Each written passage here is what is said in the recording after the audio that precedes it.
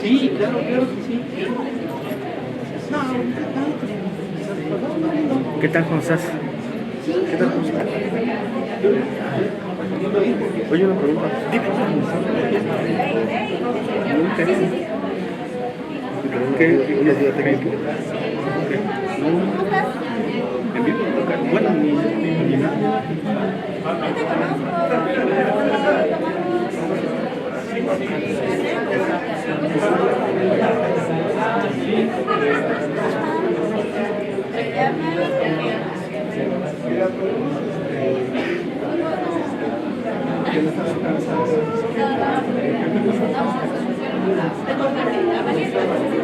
Pero me dio pena que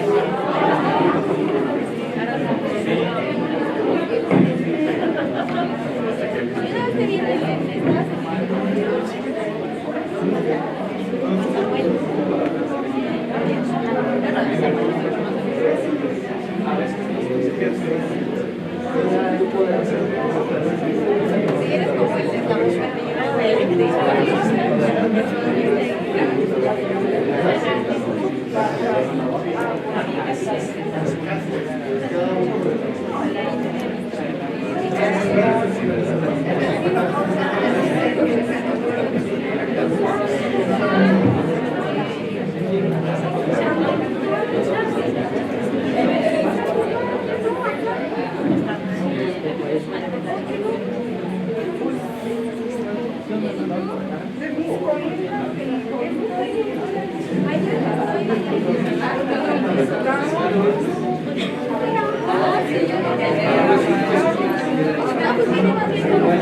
¿Cómo estás? Me dijo Monse que ibas a venir.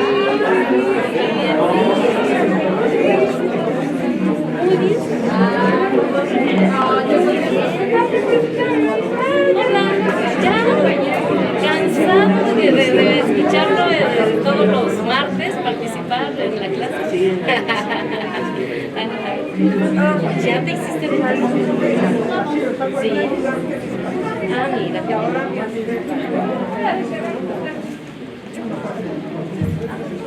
¿Podemos allá? Igualmente.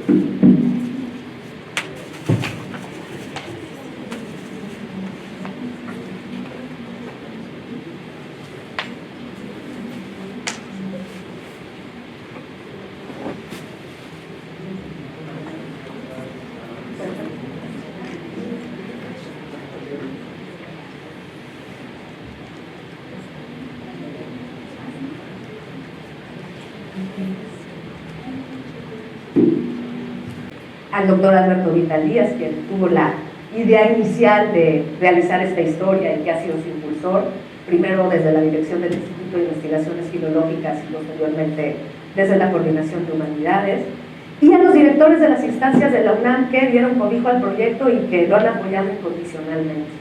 El doctor Jorge Linares, director de la Facultad de Filosofía y Letras, el doctor Mario Ruz, director del Instituto de Investigaciones Filológicas, y el doctor Pablo Mora, del Instituto de Investigaciones Bibliográficas. También quisiera agradecer a las jefas de los departamentos editoriales de estos dos últimos institutos, Guadalupe Martínez Gil e Isla Domínguez, pues ellas han sido las encargadas de llevar todo el proceso editorial de manera ejemplar.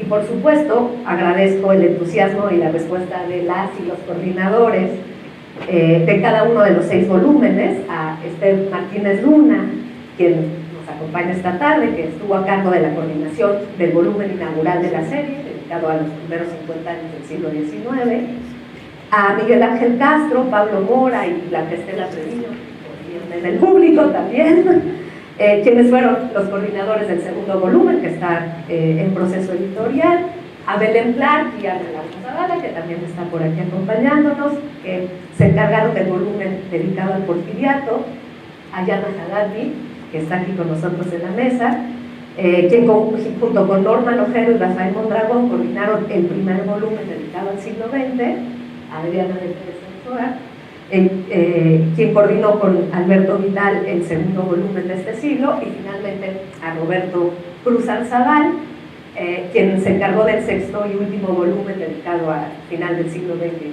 inicios del XXI, junto con Miguel Rodríguez Lozano, ¿no? Y bueno, y por supuesto a los más de 100 profesores, investigadores, académicos que tuvieron la generosidad de colaborar y de hacer en el fondo los contenidos de esta historia, ¿no? Porque siempre lo he dicho, este trabajo es sobre todo un trabajo colectivo, ¿no? Un gran trabajo de equipo, de esos que dan gusto, ¿no? De esos trabajos que hacemos en la universidad y que realmente da mucho gusto poder, pues, verlos ya. Bueno, el origen de este remoto de esta historia, voy a hablar nada más de manera muy general y brevemente sobre el proyecto. Se debe justo a Alberto Vidal, quien cuando era director del Instituto de Investigaciones Filológicas a inicios del 2014, pues se dio a la tarea de llevar a cabo una de las misiones fundamentales del Centro de Estudios Literarios, ¿no? Que ahora forma parte del instituto, que fue fundado en 1956 con el propósito de fomentar la docencia y la investigación sobre las letras producidas en México y en Hispanoamérica. En 1966, María del Carmen Millán, quien era directora del centro en aquel entonces, justificó su existencia, la voy a citar con las siguientes palabras: no ha existido ni existe ninguna institución oficial especializada en la lengua y literaturas nacionales que proporcione información documental y bibliográfica y que por su experiencia y autoridad se encargue de los diversos trabajos y obras que contemplen el panorama lingüístico y literario de México y finalmente elabore la gran historia de la literatura mexicana. En este sentido, esta historia que estamos presentando aquí pues es la condensación en realidad de este amplio trabajo y la puesta en práctica de un proyecto que pues durante épocas había estado justamente en el horizonte como un proyecto abierto.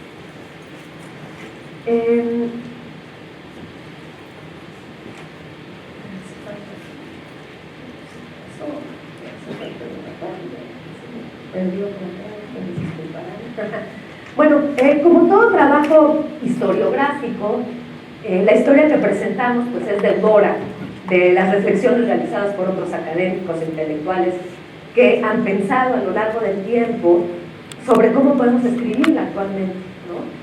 Sobre todo también si tomamos en cuenta la doble crisis que atraviesa desde su base este proyecto. Por un lado, la crisis de la historia literaria como una práctica letrada que hasta no hace mucho tiempo en México pues había tomado principalmente en cuenta los procesos de las producciones cultas escritas en castellano, ¿no?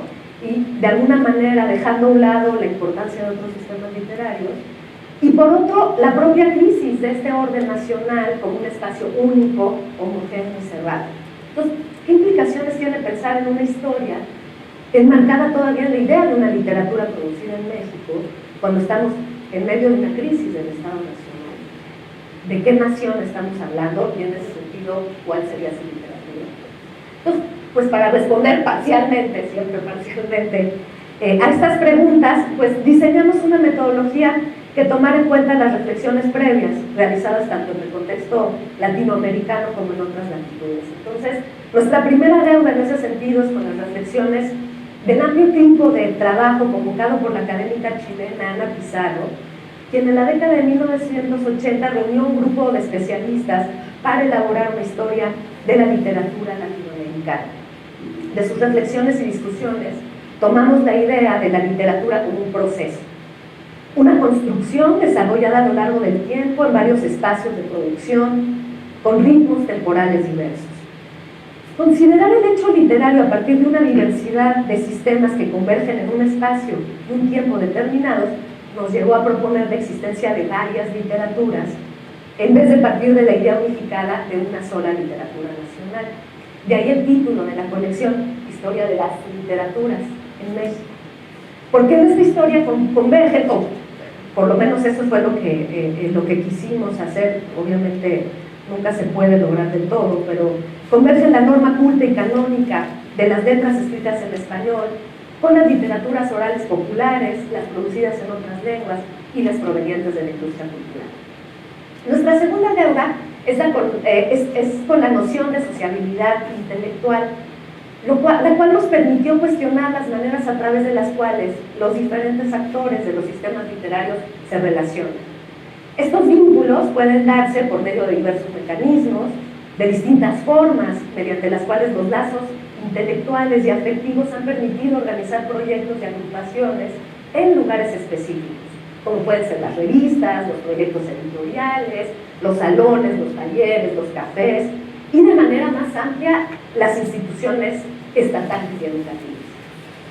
Y finalmente, con el fin de pensar la producción literaria como un proceso comunicativo inscrito en un orden social, cultural, político y estético determinado, el concepto de campo cultural, y en específico de campo literario, nos fue de suma utilidad. Este concepto, desarrollado por el sociólogo Pierre Bourdieu, permite pensar el espacio donde se desarrollan los sistemas literarios como un campo magnético en el que los diferentes actores se interrelacionan a partir de vínculos de alianzas y oposiciones con el fin de legitimarse en el sistema. Pues bueno, esta apuesta metodológica pues tuvo un impacto en la forma en que se consiguieron los volúmenes de esta historia, ¿no? Entonces, en vez de proponer una revisión de autores, de obras, de géneros o de corrientes, que sería, digamos, la forma bajo la cual se han escrito las historias literarias, partimos de la idea de la literatura como una red de correspondencias en donde intervienen aspectos históricos, sociales, políticos, culturales y estéticos. Entonces, de este modo quisimos abrir espacio a todos los actores que intervienen en la elaboración, la circulación y recepción de los discursos literarios, es decir, el autor, los intermediarios, los públicos lectores. Y bueno, un lugar especial también se les otorgó a estos intermediarios, que son los editores, los libreros, los críticos, así como a las instituciones y organizaciones que han intervenido en la formación, desarrollo y consolidación del campo literario. Bueno, y finalmente, la materialidad de las producciones literarias y los soportes a través de los cuales estas obras circulan y son leídas, pues fueron elementos centrales para el diseño de los contenidos de esta historia. Entonces, en ese sentido, consideramos también que las múltiples formas en las que el texto es recibido son centrales para la interpretación histórica que de ellos realizan las comunidades lectoras. Y esto implica que no basta una definición puramente semántica o estética del texto, ¿no? Sino que también es necesario tomar en cuenta que la obra literaria está inscrita y circula a través de objetos específicos y que por lo tanto, como señala el historiador Roger Chartier, no existe el texto fuera del soporte que lo da a leer. Y bueno, por supuesto también al tratarse de un trabajo colectivo, pues esta historia es heterogénea, es plural, es multifacética, todos y todas las involucradas aportaron su conocimiento, ¿no? Y bueno, esta multiplicidad de puntos de vista pues es un elemento que me parece que enriqueció muchísimo la apuesta inicial, ¿no? Y bueno, en su conjunto, pues estas colaboraciones integran o trazan un mapa específico de las literaturas producidas en México, ¿no? Obviamente se trata también de una apuesta que pone de manifiesto las tensiones de toda historia literaria y no pretende, por lo tanto, proponer una versión definitiva de esta historia. Y en ese sentido, y retomo la frase ya para terminar con la que inicié, de por qué pienso que esta publicación es un acontecimiento. Y lo es porque, como señala François Dos, el acontecimiento crea su propio pasado y se abre a un futuro inédito al manifestar una discontinuidad que no permite pensar ya más en términos del contexto que ya está ahí, preexistente y provocado.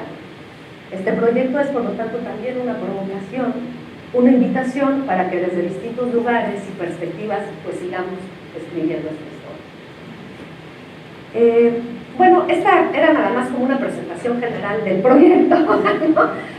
Y yo ahora le voy a pasar la palabra pues a cada una y uno de los colaboradores de los coordinadores que estuvieron a cargo de los volúmenes que ahora están aquí presentes. Voy a seguir el orden cronológico, para seguir este orden de la historia, y le voy a dar la palabra a Esther Martínez Luna. Voy a leer una breve presentarte. Esther Martínez Luna es doctora en Letras Mexicanas por la UNAM, es investigadora titular del Centro de Estudios Literarios del Instituto de Investigaciones Filológicas y profesora de Literatura Mexicana del siglo XIX de la Facultad de Filosofía y Letras. Fue directora de la revista Literatura Mexicana de 2016 a 2018. Es miembro del Sistema Nacional de Investigadores. Sus líneas de investigación son la prensa literaria del siglo XIX, la retórica y la historia cultural, y ha colaborado en diversas revistas nacionales e internacionales. Entre sus más recientes publicaciones están Chinches, Tinacates y Gatos, algunas fábulas de los arcades mexicanos, Inedición anotada y estudio de la novela Vida y obra de Don Catrín de la Fachenda y Noches tristes y de alegre de José Joaquín Fernández de Lizardi. Y bueno, por supuesto, es la coordinadora del primer volumen de la historia de las literaturas en México del siglo XIX. Gracias, Mónica. Muchas gracias por estar aquí. Hay muchos colegas, lo cual nos da muchísimo gusto. Hay mucha gente que no conocemos, nos da más gusto. También hay alumnos y bueno, creo que todos estamos muy contentos de estar aquí. Y de verdad que ahora de pronto, al escuchar a Mónica, yo me empecé a emocionar. Y me empecé a emocionar porque este trabajo viene de muchos años, de pronto ya están aquí los volúmenes, pero sí, iniciamos en 2014 y parece que era muy sencillo, pero era sentarnos desde un seminario a discutir los textos, cómo se iba a conformar, cómo iba a haber una metodología. No era nada más tú te encargas de esto y de aquello, sino que Mónica a la cabeza empezó a coordinar, a tener ideas, a hacer propuestas metodológicas. Si bien no las íbamos a unificar porque hay variedad, hay pluralidad en esto, pero sí acercarnos de alguna manera al hecho literario y no acercarnos como es tradicional, ¿no?, a la manera de autores, corrientes literarias, sino de plantear problemas. Entonces sí, de pronto volví a vernos a todos ustedes, me entra una nostalgia y una emoción, porque miren que discutíamos, y terminamos, creo que haciendo cosas muy interesantes. Y luego ver aquí ya digamos un 80% de este proyecto ya se siente la presencia de esto, y yo creo que Mónica está muchísimo más contenta de ver ya completado esto. Ahora, a mí me tocó el primer periodo, que es de 800 a 1850. Resulta que si bien es el siglo XIX, resulta muy interesante, también es el que está un poco menos trabajado. No digo que no se haya trabajado, pero siempre hay figuras mucho más señeras en la segunda mitad del siglo XIX. Pienso en un Vicente Rivapalacio, en un Rabasa, en un Nájera, en fin, escritores que han sido muchísimo más estudiados. Incluso hay centros que se dedican a eso, seminarios importantes. Y de pronto, bueno, aquí había que hacer algo, hacer con esta metodología, problematizar. Y bueno, también algo que debo decir que me gusta mucho de este proyecto es que es un proyecto colectivo. Parece fácil decir que es un proyecto colectivo, pero no. Nosotros, para empezar, era plantearse algo de una colectividad. Piensen ustedes, los que están familiarizados más con la literatura y con las historias literarias, pues las historias literarias las escribe un solo hombre. Yo pienso de pronto en Francisco Monterde, en Carlos González Peña, en Julio Jiménez Rueda, el propio Alfonso Reyes, Enrique Sureña. Si bien no escribieron una historia literaria, pero era un solo hombre, y era la manera de estos grandes eruditos, estos grandes bibliófilos que se encargaban de escribir y hablar sobre todo nuestro repertorio literario y de los distintos siglos. Aquí la diferencia es que un grupo de especialistas, un grupo de gente, de académicos que estamos trabajando con ciertos temas, con ciertos autores, con ciertas cuestiones, nos hemos reunido a realizar estos volúmenes, ¿no? Entonces yo creo que en esto radica su riqueza y ver cómo va cambiando el paradigma, es decir, estas historias literarias ya no son un solo hombre, o sea, sería inabarcable. Yo me imagino allá escribiendo uno del siglo XX o la segunda, o sea, cualquiera de nosotros, es imposible, ¿no? Entonces sí hay que resaltar el trabajo colectivo que se dice fácil, pero no, nos reunimos, ya les dije, discutimos. Ahora, la parte que a mí me tocó, como les decía, es la menos, en un sentido, entre comillas, menos estudiada, ¿no? Y entonces, a la hora yo de estar realizando, tenía que abarcar una serie de problemas. Empezaré primero con las cosas que no se cumplieron, y empiezo con eso para que se les olvide pronto y luego se queden con la idea de lo que sí se cumplió. Yo diga, maravilloso. Algo que, por ejemplo, no tiene libro, porque hay que hacer autocrítica siempre de lo que uno hace, es, por ejemplo, que en mi volumen no están representadas las áreas de las lenguas indígenas. Y no las hay porque no hay quien las estudie. Y yo conocí, bueno, después investigando, me encontré que había una persona que había estudiado ese sustrato indígena en la primera parte del siglo XIX y desgraciadamente está. Entonces no pudo estar aquí, no está. Ese es un huequito que tiene, por ejemplo, mi volumen. Otro es acerca, y veo Blanc, que me acuerdo muy bien porque ella lo señalaba, las mujeres no están tan presentes en este volumen. ¿Y por qué no están presentes? Porque la producción todavía no ha empezado. O sea, ya donde hay un verdadero boom de la presencia de las mujeres en la literatura dentro del siglo XIX es hacia la segunda mitad. Esta primera mitad ustedes no lo van a encontrar, entonces para decir, indígenas, mujeres, no están en su volumen. Esas serían las críticas que yo hago a esto que preparé, pero ¿qué se van a encontrar, por ejemplo, y que siento que es muy interesante y novedoso? Van a encontrar un acercamiento a lo que es la literatura infantil, y si no la literatura infantil, la literatura que se ha hecho para niños o la gente que escribía para niños, que es un artículo espléndido de Beatriz Alcubierre, que está aquí en este volumen que yo trabajé. Otra de las cosas que también es importante señalar es que van a encontrar textos que hablan sobre el humor, e insisto, y no va a ser un autor, sino que son varios autores. Este texto del humor es muy interesante porque siempre dicen, es que el humor en la literatura mexicana se inaugura con Ibargüengoitia. Pues no, se inaugura algunos siglos o un siglo antes, ¿no? Entonces, por ejemplo, creo que ese texto es espléndido y nos arroja cosas buenas. Ahora, otra perspectiva que yo tengo muy cercana de la literatura, al menos la literatura del 19 y creo que toda literatura, no se puede entender si no se entiende la historia. Y entonces aquí fue muy, muy importante la presencia no solo de gente que se dedica a la literatura, sino de historiadores. Y en ese sentido invité a una historiadora de la prensa que a mí me parece muy respetable, bueno, no solo ella, otras más, pero que abre el gran panorama de lo que es la prensa del siglo XIX, que se llama Laurence Goudard. Y Laurence Goudard, por ejemplo, se encarga de darnos un panorama pormenorizado de los periódicos que había y que circulaban. A esto se viene a sumar otra historiadora de la prensa de la cultura, que es Laura Suárez de la Torre, que ella ya nos va hablando más específicamente de la literatura, de las novelas de folletín, etcétera, etcétera. Entonces, como verán, yo traté de hacer que convirtiera esta cuestión de literatura e historia, que no se puede entender de esa manera. Entonces, literatura de niños, el humor, lo que yo les decía, la historia y, bueno, la crítica que ya me hice. Ahora, en un sentido más particular, si ustedes me dicen qué caracteriza la literatura del siglo XIX, sin afán de extenderme ni ser esquemática, bueno, el afán pedagógico, sobre todo, vamos a encontrar en esta literatura. También por eso luego nos gusta muchísimo. No gusta ese tipo de literatura, porque su primer punto es que va a tener un afán pedagógico, va a querer enseñar, estamos en un proceso de formación, pasó la guerra de independencia, ¿qué es lo que queremos? ¿No? Formarnos como nación, buscar una identidad. Entonces siempre va a ir en esta herencia ilustrada del siglo XVIII, convirtiéndose en una literatura netamente pedagógica.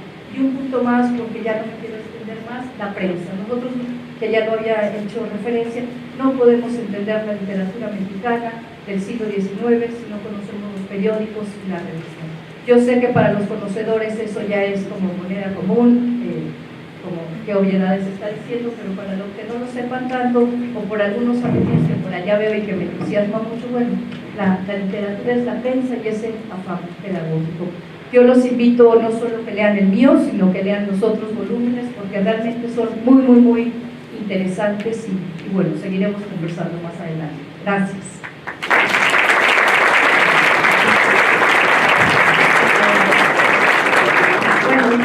Bueno, paso la palabra a Yana Hadati Mora, quien junto, como dije hace rato, junto con Norma Lojero y Rafael Mondragón, estuvieron a cargo de la coordinación del primer tomo del siglo XX, dedicado a las décadas que van de 1900 a 1940. Yana es ecuatoriano-mexicana.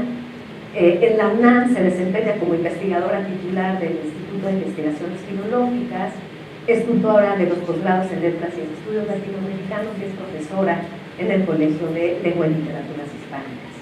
Es doctora en Letras Iberoamericanas y cuenta con los libros Autofagia y Narración, Estrategias de Representación en la Narrativa Iberoamericana de Vanguardia, La Ciudad Paroxista, Prosa Mexicana de Vanguardia, y Prensa y Literatura para la Revolución, la novela semanal del Universal Ilustrado.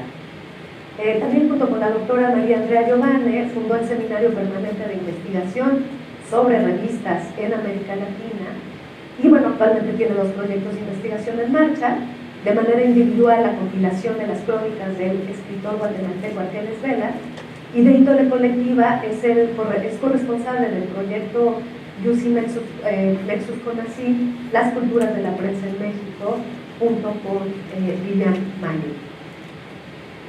Muchas gracias primero a Mónica por esa invitación, que fue también un parteaguas de vida, porque regresaba yo de un sabático y de repente había que sacar las tortillas del comal o como se diga, y eso fue un proceso mucho más largo de lo que habíamos pensado, pero también fue un proceso de reconvencimiento de que sí se puede hacer grandes trabajos en colectivo y se puede dialogar de maneras, digamos que en nuestro caso, Norma desde el teatro, Rafael más desde una literatura comprometida, en este caso del periodo del anarquismo o de la literatura de incursiones sobre el indigenismo, no en lengua indígena, pero indigenismo, y yo venía como más de las vanguardias. Podríamos pensar un volumen que no repitiera un poco la articulación Ateneo Contemporáneos Paz, era un poco lo que se quería evitar,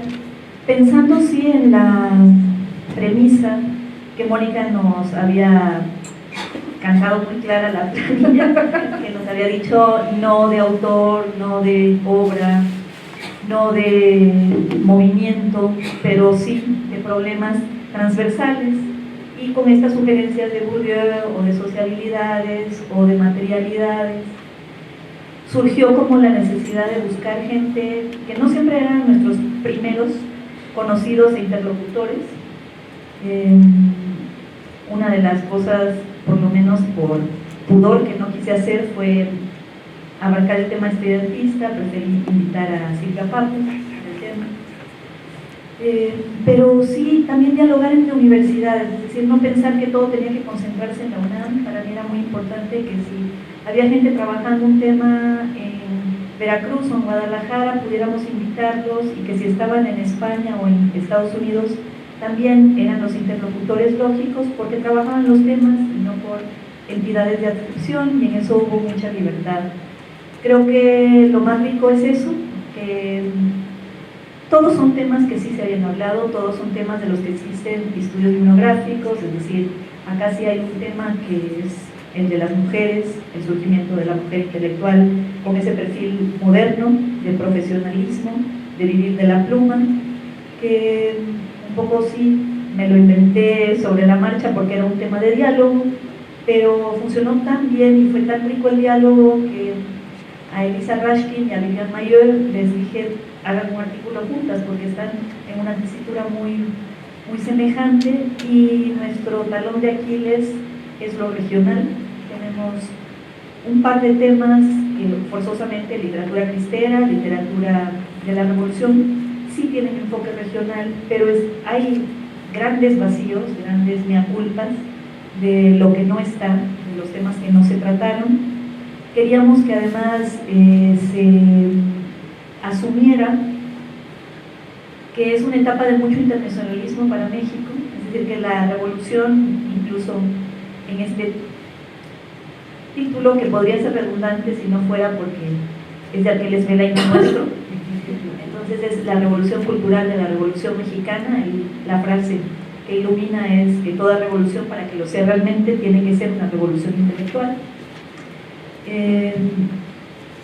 Nos presentaba un parteaguas en muchos sentidos, en una voluntad de democratización, en un combate furioso a ratos por el campo cultural y por el campo literario, en donde había gente que se sentía desesperadamente despojada de su papel de letrado y gente que quería a toda costa insertarse dentro de este campo, aunque no fuera gente que leía en 5 idiomas y que tenía todo el dinero del mundo para tener una biblioteca espléndida, sino gente muy joven, de clase media, a veces migrante de provincia y a veces centroamericanos, como es el caso de Aquiles, y que venían a hacer el México, si se puede decir.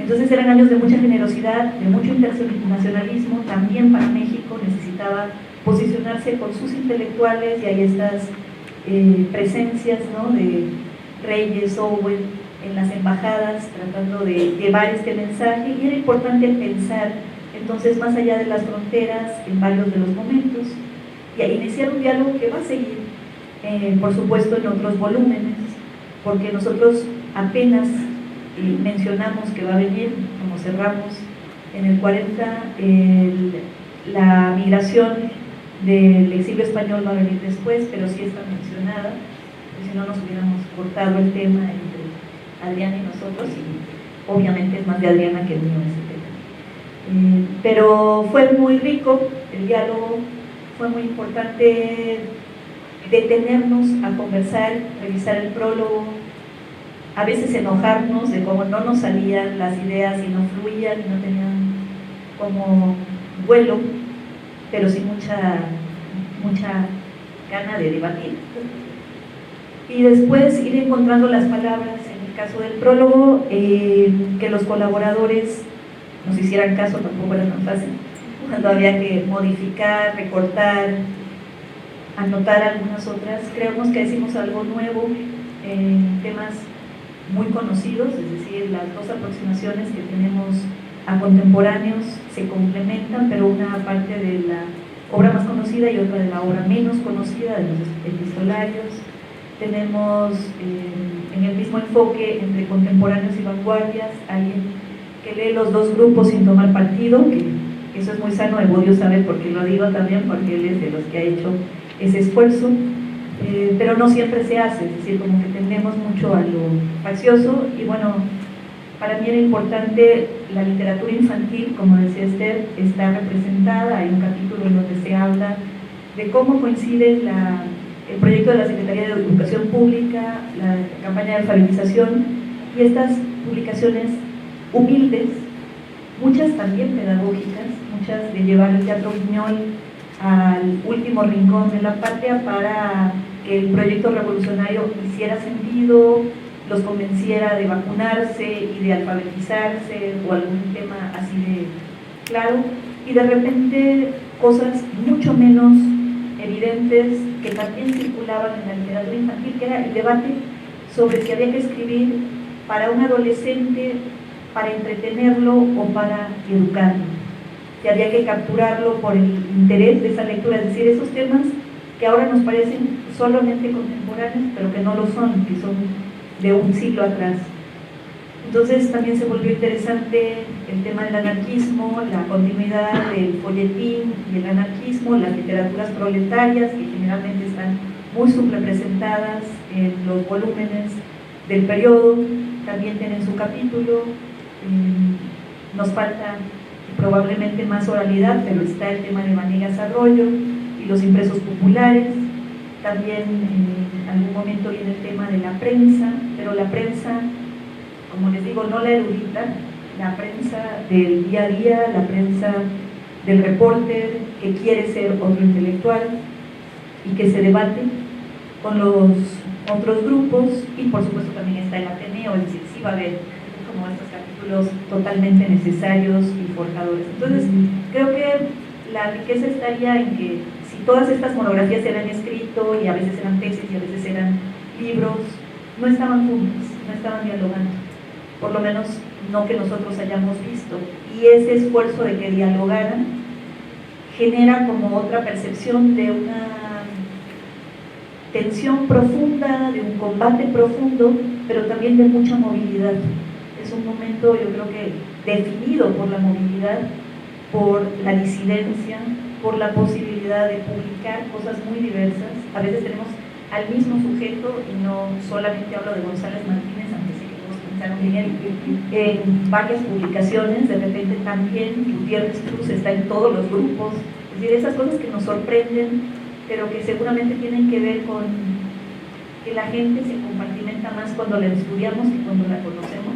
Cuando la conocemos puede tener amigos de todas las mesas y de todos los colores, y a veces después nos etiquetamos y quedan como muy perfilados. Entonces esa sociabilidad y la materialidad, que tiene este capítulo de inicio, también está considerada. Muchísimas gracias.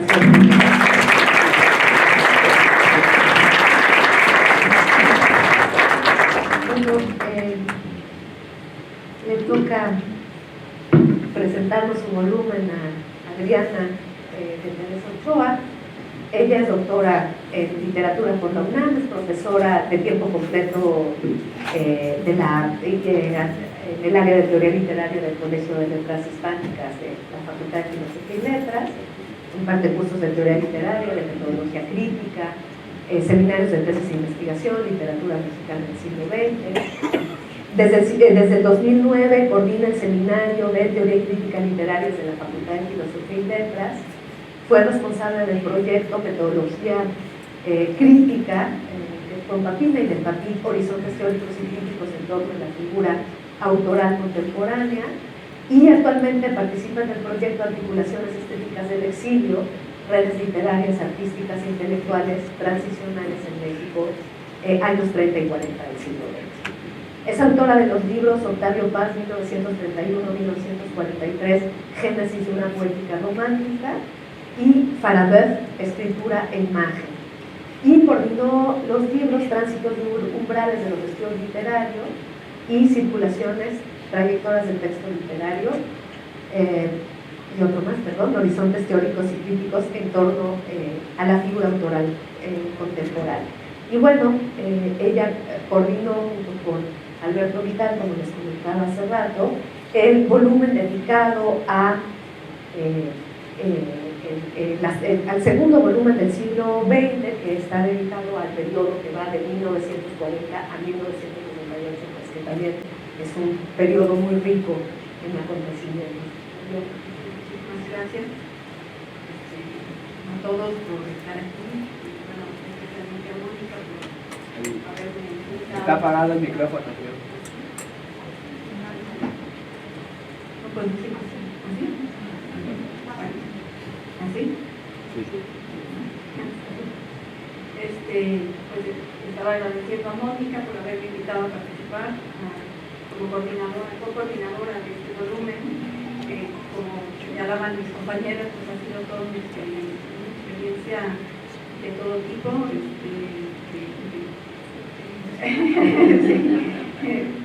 digamos muy productiva, una experiencia muy productiva, muy rica, muy diversa, muy larga también, en algunos puntos difícil también, pero al final pues creo que es una experiencia que ha valido muchísimo la pena.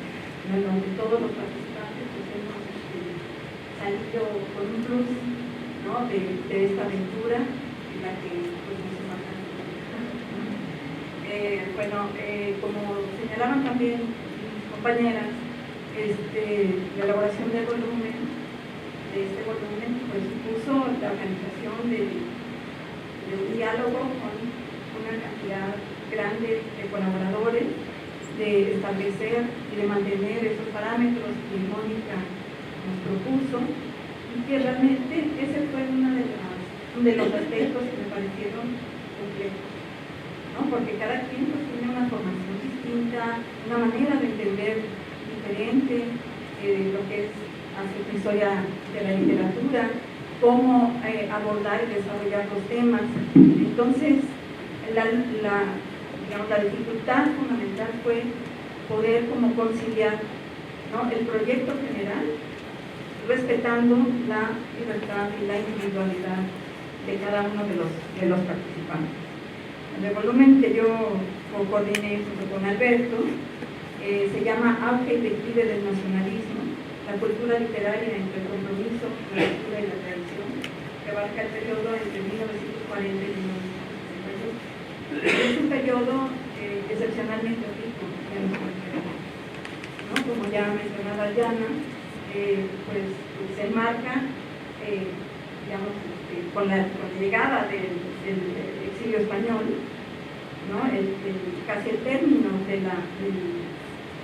más bien el término del sexenio de Lázaro Cárdenas, que había impulsado el nacionalismo cultural de una manera muy importante, pero que con la llegada del exilio español pues se va a ver enriquecido el campo literario nacional, ¿no? Porque como ustedes saben, en el exilio español vinieron una gran cantidad de intelectuales, de artistas y también gente dedicada a la industria del libro de una manera muy importante. Entonces, no es que no hubiera, digamos, instituciones ni los nacionales que estuvieran participando en este tipo de actividades, pero sí realmente pues los refugiados españoles contribuyeron de una manera muy destacada a impulsar este aspecto de la cultura nacional, porque fundaron imprentas, editoriales, revistas, vinieron traductores, ¿no?, que hicieron circular libros y materiales que no se conocían, hicieron ilustraciones, en fin, una gran cantidad de actividades que ustedes seguramente conocen, ¿no? Bueno, la incorporación del exilio español en México pues estuvo también mediada por algunos actores importantes, como sería por ejemplo el caso de Octavio Paz, ¿no?, que en ese periodo era muy joven y sin embargo bueno, ya era un activo participante en alguna de las empresas culturales, ¿no? Estoy pensando en revistas, ¿no? Desde que era un adolescente. Y entonces, bueno, él sirvió de puente también para incorporar a los refugiados a la vida cultural de México. En fin, pero no solamente vamos a hablar de los refugiados, también es un periodo en donde hay figuras destacadísimas que han sido muy trabajadas, que han sido muy celebradas, que se conocen mucho, y eso también pone un grado de dificultad extra, porque, claro, hablar de Rulfo, hablar de Arreola, hablar pues de la generación de medio siglo, ¿no?, esa cantidad enorme de figuras importantísimas de nuestra literatura, pues que han sido tan trabajadas. Entonces el reto es cómo darle como una vuelta de tuerca, ¿no?, cómo lograr trabajar y transmitir lo que fue este periodo tan rico, tan dinámico, tan diverso de nuestra literatura, del campo literario, que por supuesto tuvo ciertas condiciones económicas y sociales complicadas, un periodo de paz, un periodo de prosperidad, un periodo de tranquilidad que favoreció, digamos, el intercambio, la incursión en diferentes propuestas artísticas y literarias, la apertura hacia nuevas temáticas.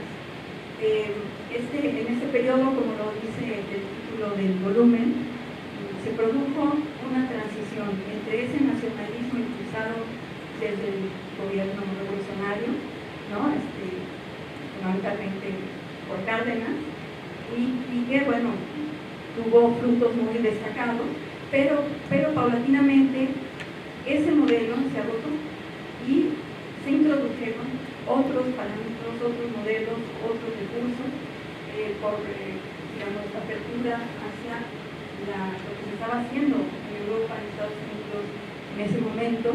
Se incorporaron nuevas técnicas formales, nuevas temáticas, y eso diversificó muchísimo la literatura, ¿no? Se considera que la región más transparente de Carlos Fuentes pues fue el parteaguas, ¿no? En el sentido de que introdujo un nuevo personaje a la literatura nacional, como fue la ciudad, ¿no? La ciudad, digamos, era también un fenómeno que estaba ocurriendo en la historia y en la sociedad mexicana, en donde pues hubo una migración muy abundante, ¿no? de las distintas regiones del país hacia las ciudades. Entonces, pues la literatura también es un espejo de eso que está ocurriendo históricamente y socialmente, ¿no? Bueno, también se incluyen no solamente estos autores canónicos, estos autores que todos reconocemos, que todos hemos leído, sino también, por ejemplo, ciertos géneros que normalmente no se consideran y no se incluyen en el canon, como es el guionismo, ¿no? ¿Por qué? Pues porque en ese periodo muchos escritores se dedicaron a hacer guiones. Entonces el guión adquirió un estatus de literatura también. Entonces lo integramos. También hay un capítulo dedicado a la literatura para niños. O sea, las tres hemos hablado, ¿no? Sobre la importancia que tuvo la literatura para niños en los distintos periodos. En el periodo que me tocó coordinar también es notable la visibilidad, digamos, que adquiere la escritura femenina, porque si bien ya comentaba Yana, pues desde el periodo que ella trabajó, ya las mujeres se están profesionalizando. En realidad es en esta etapa en donde pues participan y son visibles, ¿no? Desde el periodismo, la radio,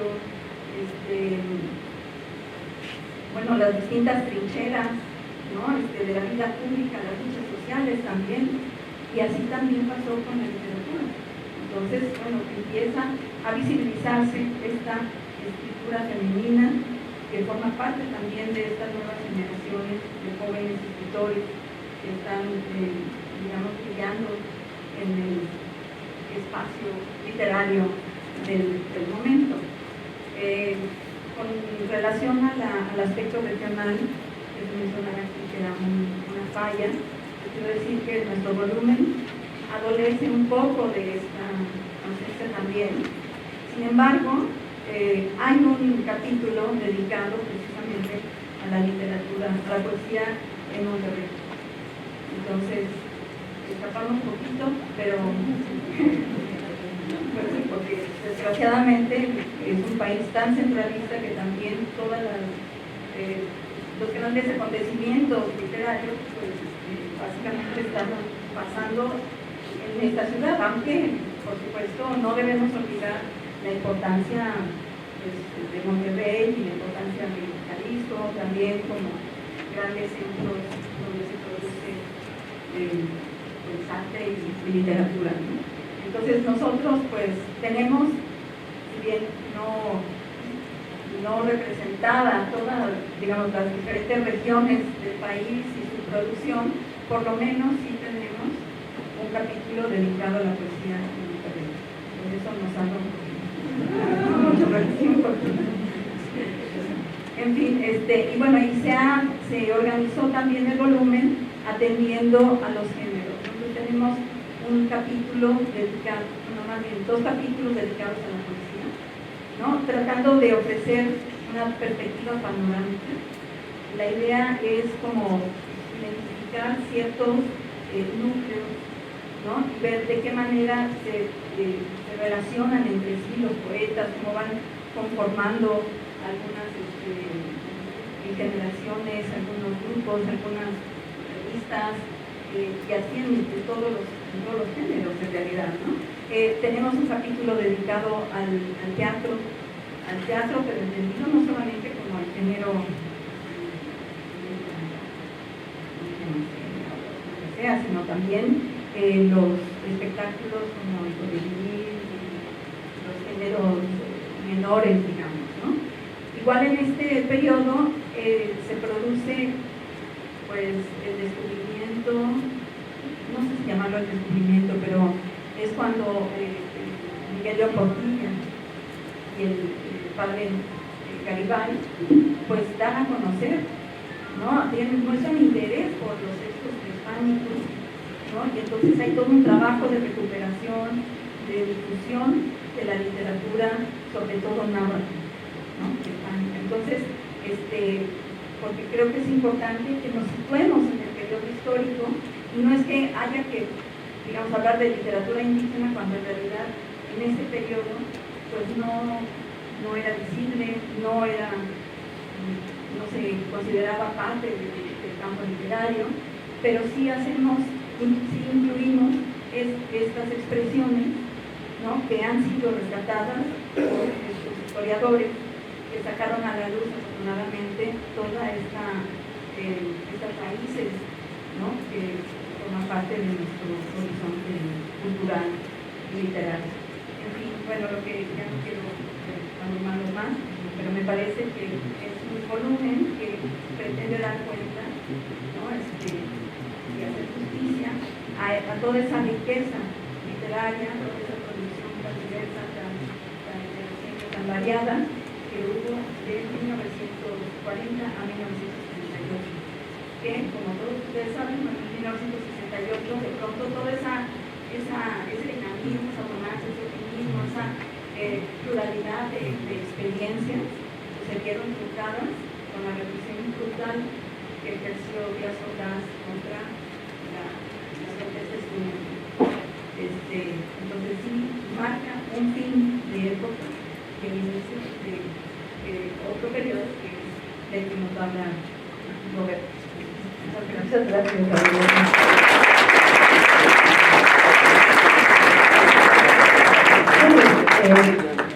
Roberto, junto con Miguel Guadalupe Rodríguez, coordinaron el último volumen, digamos, de esta serie, ¿no? Que justo parte del 68 y termina en el 2012.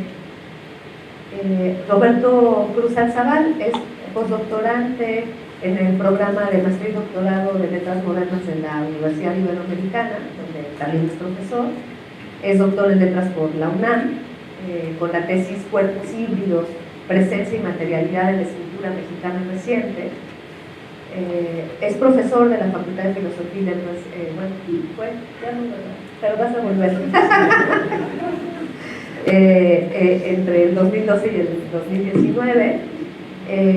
Es el editor del volumen. Aquí se esconde un paréntesis de lecturas críticas a la obra de Cristina Rivera Garza, y bueno, fue editor de este volumen de la historia de la literatura que lleva por título Hacia un nuevo siglo, y también forma parte del Laboratorio de Literaturas Extendidas y otras materialidades. Muchas gracias a ustedes, todos y todas, por acompañarnos en una noche de viernes a celebrar la aparición de estos 4 volúmenes y a celebrar también anticipadamente la aparición de los que están por venir. Gracias también a Mónica por la invitación a participar en la coordinación del volumen.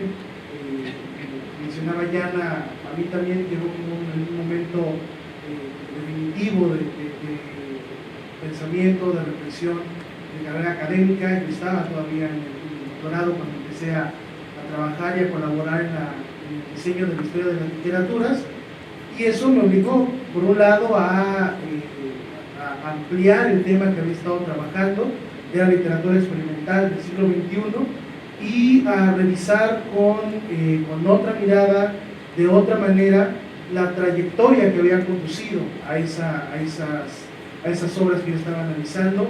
A partir de 1968, pero también hacia atrás, intentar entender los procesos literarios, los procesos históricos y sociales que permitieron la consolidación y la transformación de la literatura mexicana durante esos años. Es una periodización relativamente caprichosa.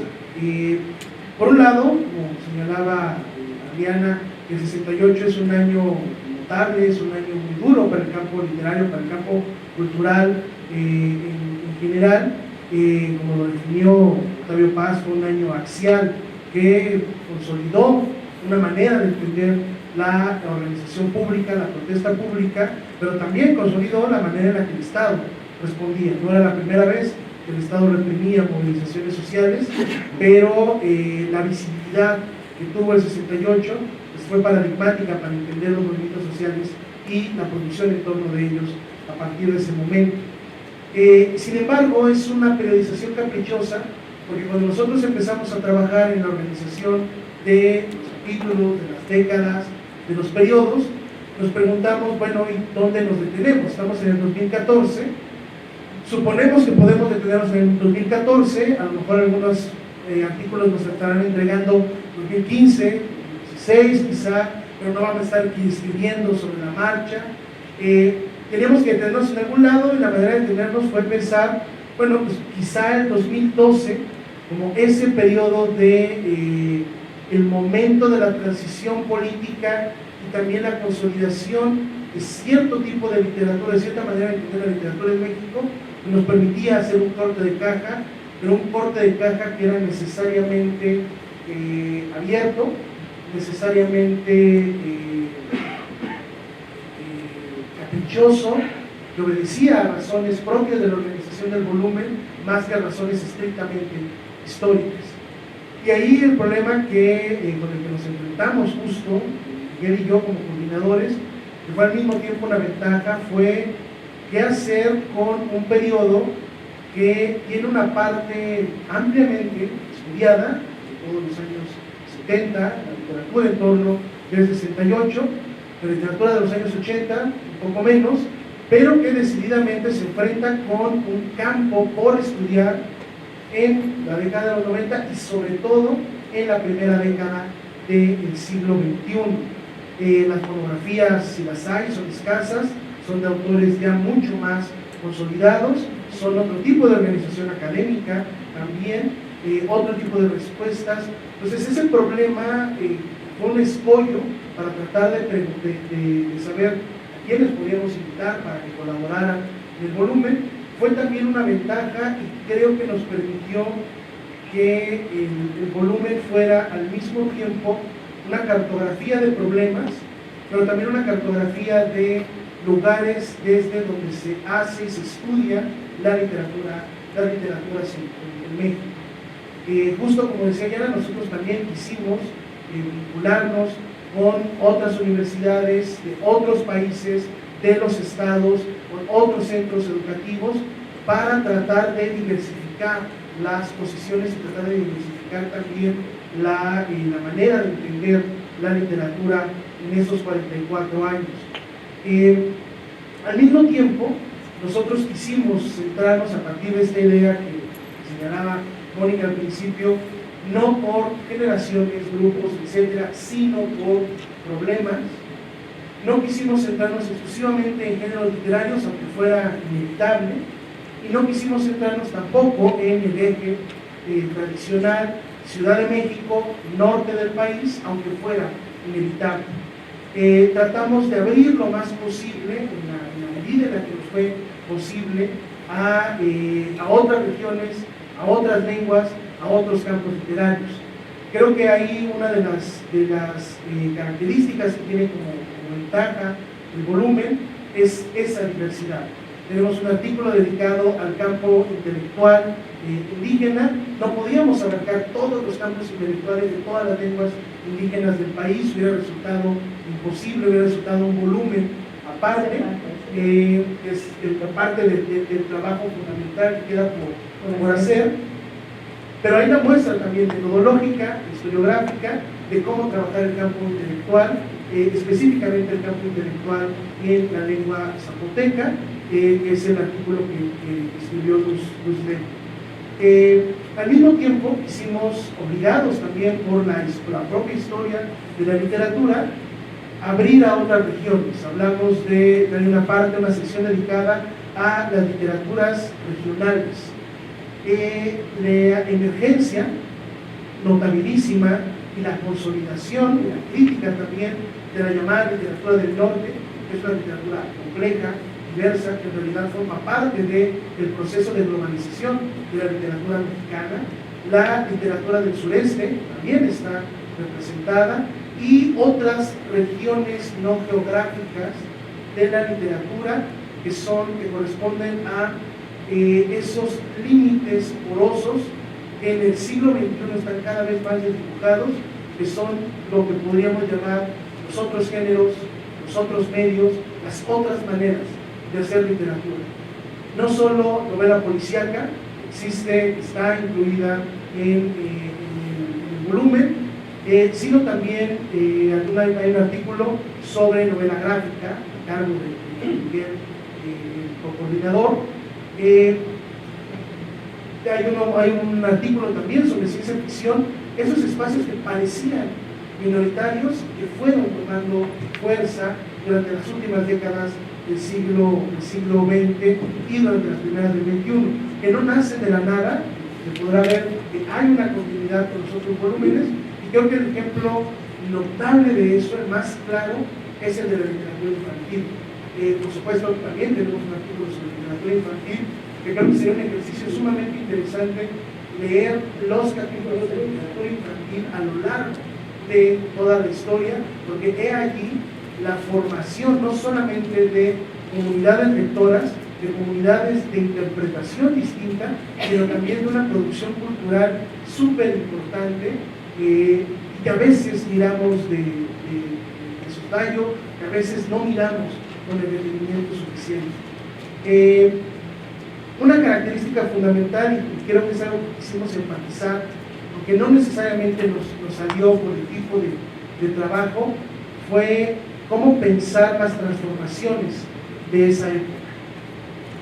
Estos 44 años podría decir que se caracterizan por un doble juego, para denominarlo de alguna manera, por una dialéctica silenciosa, que es que el campo literario parece sumamente estable, parece un campo literario en el cual ya la consolidación de la literatura cosmopolita es inevitable, en el cual la experimentación formal también es inevitable.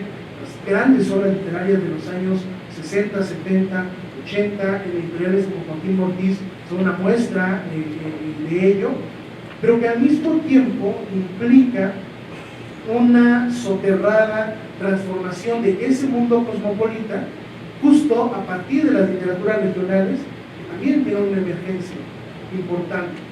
Mientras se está consolidando la literatura que se escribe sobre el mundo, también se está escribiendo sobre el norte del país, sobre el sureste, sobre lenguas indígenas. Otra dialéctica sutil que sucede en estos años es justo la relación con el Estado. El 68 fue la crisis del Estado como gran proveedor del mundo intelectual, pero fue una crisis que por un lado detuvo los movimientos intelectuales, los refrenó, pero por el otro lado les dio un impulso muy importante, y es que justo en el sexenio de Echeverría, con un intento de respuesta, cobijo, después del movimiento del 68, sin dejar de reprimir a la guerrilla, Echeverría tiene un momento de inversión muy importante en el ámbito cultural y educativo. Entonces la gran paradoja de finales del siglo XX es esa: el mismo Estado que por un lado reprime ciertos movimientos sociales, por otro lado los termina de organizar con la formación de universidades, de editoriales, con el apoyo de premios nacionales, secretarías de cultura, etc. Y eso conduce a la otra dialéctica sutil de la literatura mexicana, que es mucho más clara en el siglo XXI, que es la tensión entre la edición estatal o el Estado como gran patrón de las artes y al mismo tiempo la emergencia de una edición y una producción cultural independiente muy importante que está definiendo la literatura del siglo XXI. Creo que es una época en la cual los binarismos terminan por romperse, se inauguran nuevos, pero hay una serie de crisis que están intentando modificar el campo. El esfuerzo que intentamos hacer fue dar cuenta tanto de esas crisis como de los elementos más estables de esa época. Algo que me gustaría rescatar también es el énfasis en esas producciones que parecen similares al campo literario, pero que están influyendo. Ahí un capítulo que disfruté mucho leer, revisar y trabajar con el autor junto con Miguel es el artículo dedicado a la influencia de la contracultura, particularmente la música rock, en la literatura mexicana, porque es algo que nos permite ver ese trayecto del 68 hasta la época actual. El autor, Brian Price, es también un académico con el que se trabaja muy a gusto, porque es un melómano, pero al mismo tiempo es un lector de la literatura contemporánea, entonces pudo mezclar con mucha sensibilidad esos dos espacios. En resumidas cuentas, es un volumen que creo que permite vislumbrar esas grandes contradicciones, esos grandes binarismos que están intentando definir el campo literario mexicano, pero que al mismo tiempo creo que intenta abrir la posibilidad de verlos sin definirlos nuevamente, sin decir esta es la literatura del siglo XXI, porque creo que evidentemente de todos los volúmenes es el que ofrece una perspectiva más abierta, más tensa, y también que afortunada y desafortunadamente las hipótesis de nuestro capítulo creo que van a ser las que menos van a durar, porque vamos a estar enfrentándonos con la literatura del siglo XXI que va a releer las últimas décadas, que va a alumbrar zonas que no habíamos visto y que va a estar produciendo también una literatura distinta, una literatura que sea una continuidad de una crisis con la literatura de los periodos previos.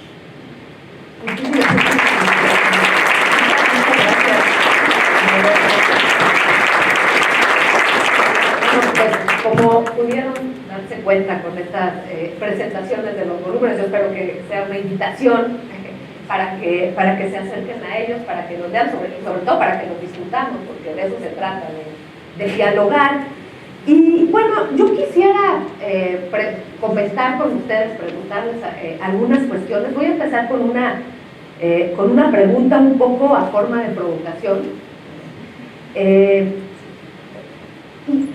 A ver, ¿qué opinan al respecto? Porque tiene que ver un poco con la función, digamos, de la literatura en la época actual, ¿no? Y como, ¿por qué creen ustedes que sería importante, que es importante hacer, ¿no?, una historia de la literatura? Bueno, ya no voy a pensar en lo nacional porque eso está muy complicado, pero pensando en términos como de literatura, ¿no? Sobre todo pensando justo que la literatura actualmente, pues de alguna manera, ocupa un lugar marginal, ¿no? O fue desplazada del lugar central que ocupaba en el siglo XIX. Pero también que es un momento en que la literatura se produce en medio de muchas otras producciones culturales o formas de, como el cine, como la serie, como la televisión, etc., ¿no?, que creo que también están ahora ocupando ese papel formador de los imaginarios que tiene la cultura, ¿no? Entonces, un poco tiene que ver con pensar en la literatura hoy, ¿no? Y en ese sentido también me gustaría saber cuál fue su experiencia o cuáles fueron los retos a los que se enfrentaron cuando tuvieron que diseñar los contenidos de este volumen, pensando justamente en que pues estamos de alguna manera compartimentando también una producción cultural que por supuesto se da con muchas otras, ¿no? Y que también por nuestra mirada disciplinar pues tendemos, así como tendemos a compartimentar autores, tendemos a compartimentar también producciones. Un poco cuál es su experiencia, cuál es su opinión. La dejo abierta para ver quién quiere empezar.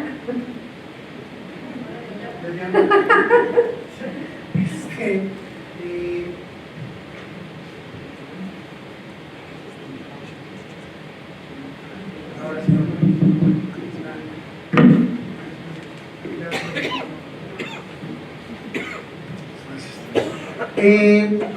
La necesidad de hacer una historia de nuevo, creo que yo la explicaría de manera un poco tramposa, a partir de mi propio proceso para pensar justo el índice, para pensar los contenidos.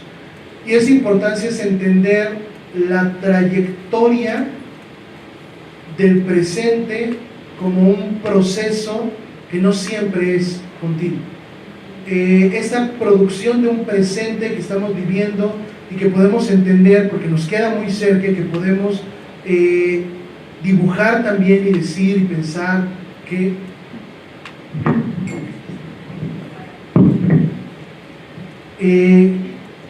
este presente que nos queda muy cerca y que lo podemos decir quiénes son autores, autoras que están escribiendo, tratar de entender no de dónde vienen, porque sería caer en esa ficción del origen, sino tratar de entender cuál es el sedimento a partir del cual están construyendo esas obras.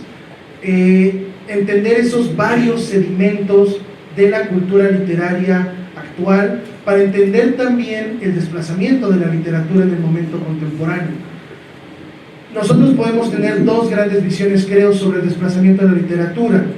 La queja de, ya nadie lee literatura, ya no se hace literatura como antes, ya nadie escribe novelas de 2000 páginas sobre la psique de un burgués intelectual erudito, o también la celebración, algo peculiar, de la muerte de la literatura, ¿no? Ya no se hace literatura, qué bueno, ya todos los hombres blancos occidentales están... Y es que en realidad creo que esas dos posiciones se resuelven de manera interesante cuando uno recurre a un trabajo histórico como este, porque uno ve que nunca hubo tal cosa como la hegemonía absoluta, pero tampoco hubo tal cosa como la marginalidad completa. Y en ese movimiento creo que es donde se puede rescatar y tratar de entender de dónde salió el slam poetry, que ha tomado forma y ha tomado una fuerza inusitada durante los últimos 15 años. No viene de la nada, pero tampoco significa que tengamos que montarlo en un origen específico. Hay que ponerlo a dialogar y hay que ver cuál es la continuidad y la discontinuidad que tiene con todas estas redes de creación y de producción artística e intelectual. Y creo que la gran virtud de una historia en estos momentos es la producción de redes de sentido más allá de la única línea, de una sola línea temporal.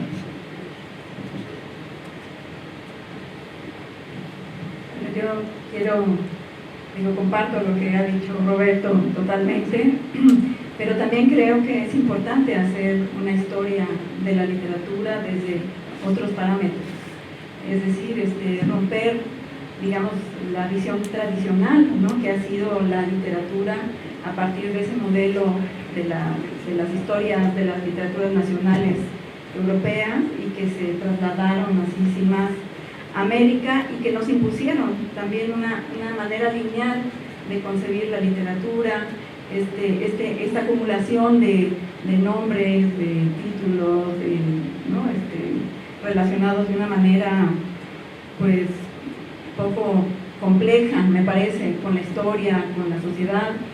Entonces, tener otro horizonte teórico, tener como esta diversidad, esta mirada compleja para poder abordar el pasado, también nos aporta una mirada totalmente nueva, inédita, ¿no? Visibiliza ciertos actores, ciertos aspectos del campo cultural y literario que de otra manera pues pasan inadvertidos, ¿no? Ya lo decía Mónica cuando presentó el proyecto, hablando de cuáles eran como los lineamientos teóricos y metodológicos de esta historia de las literaturas en México. Digamos, frente a esa visión tradicional unitaria, lo que se impone es esta pluralidad, esta diversidad, esta totalidad cambiante, dinámica, compleja, que obviamente pues aporta una mirada nueva, totalmente del pasado, nos permite reinterpretarlo y además también pues pensar en los fenómenos contemporáneos desde otra perspectiva. Entonces, porque alumbramos hacia el pasado y al mismo tiempo estamos alumbrando el presente y hacia el futuro. Entonces creo que es una empresa a todas luces productiva, importante y necesaria.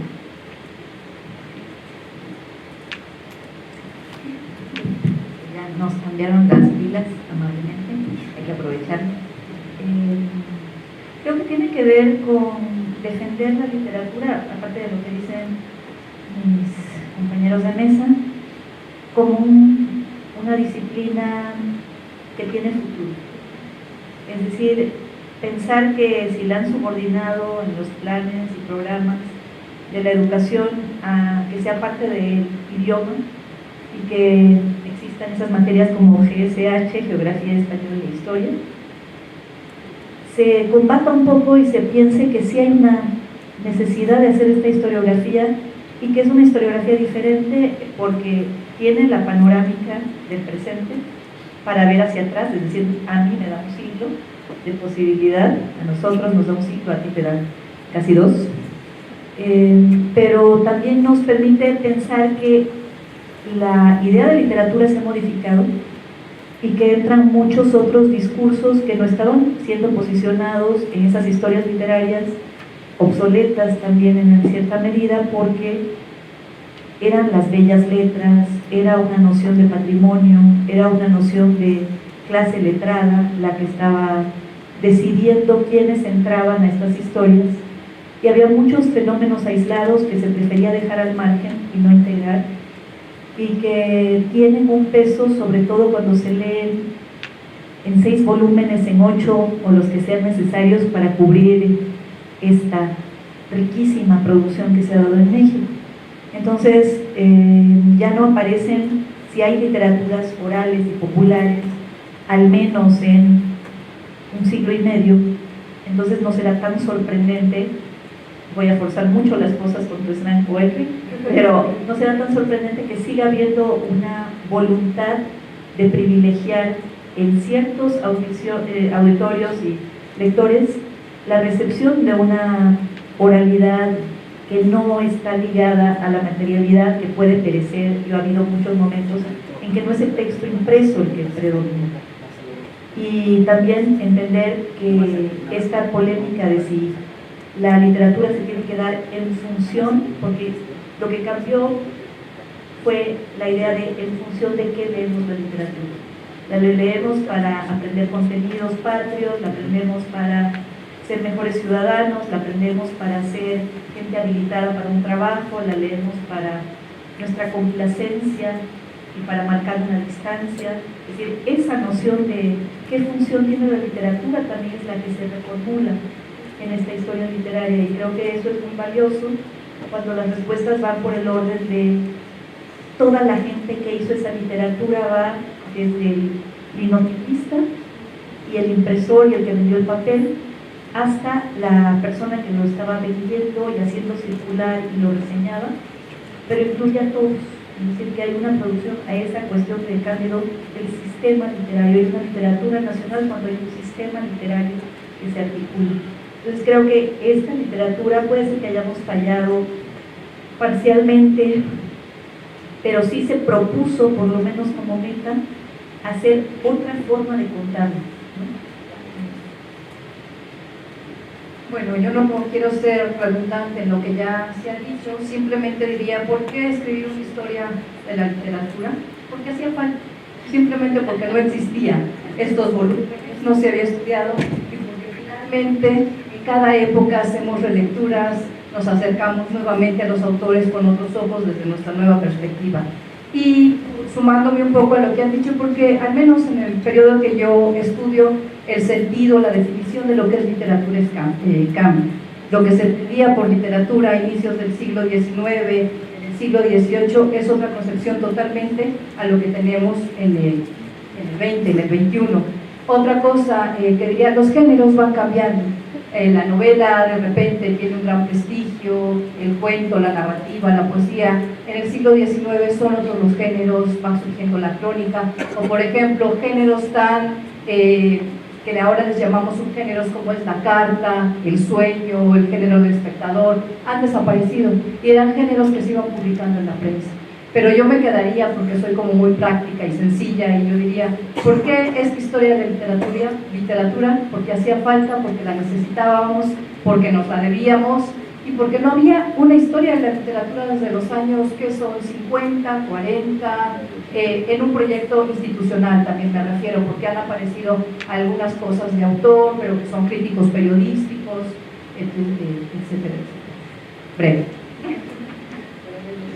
Sí, claro, y porque además yo un poco añadiendo lo que ustedes señalaban, creo que un punto muy importante y que permite justamente esa perspectiva es ver efectivamente cómo la propia idea de literatura va cambiando, porque eso es fundamental y es uno de los principios, digamos, de poder hacer una historia, es decir, de poder plantear este proceso en una larga duración, como que la historia nos permite hacer las dos cosas, ¿no? Esta historia segmentar por periodos para poder ver qué sucede en una época determinada, y eso permite también abrir en ese periodo a las diferencias, pero también nos permite verlo en una larga duración para ver efectivamente cómo hay una concepción radicalmente profunda, con algunas cosas que obviamente se conectan, por ejemplo, de lo que se considera literatura a principios del siglo XIX a lo que se va a considerar literatura a principios del XXI, ¿no? Que han pasado 2 siglos, y es muy interesante porque efectivamente, o sea, uno piensa en literatura, ¿no? O en literaturas, como nosotros elegimos, porque efectivamente es eso también, o sea,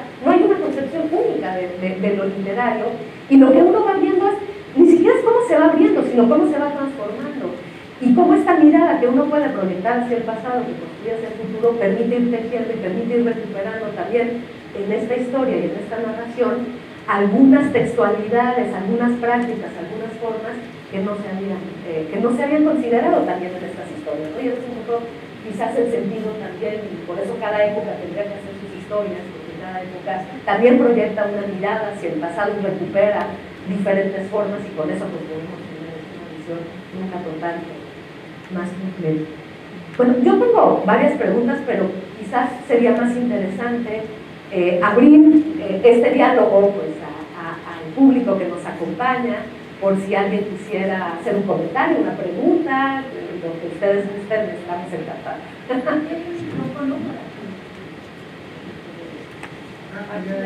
Muchas gracias. Apoyo. Bueno, pues primero que nada felicitarte, Mónica, como coordinadora general de esto, porque bueno, yo que afortunadamente veo el proceso desde fuera, pero sí cercanamente, son 4 años de trabajo intenso y 5, pero contando el año de publicación.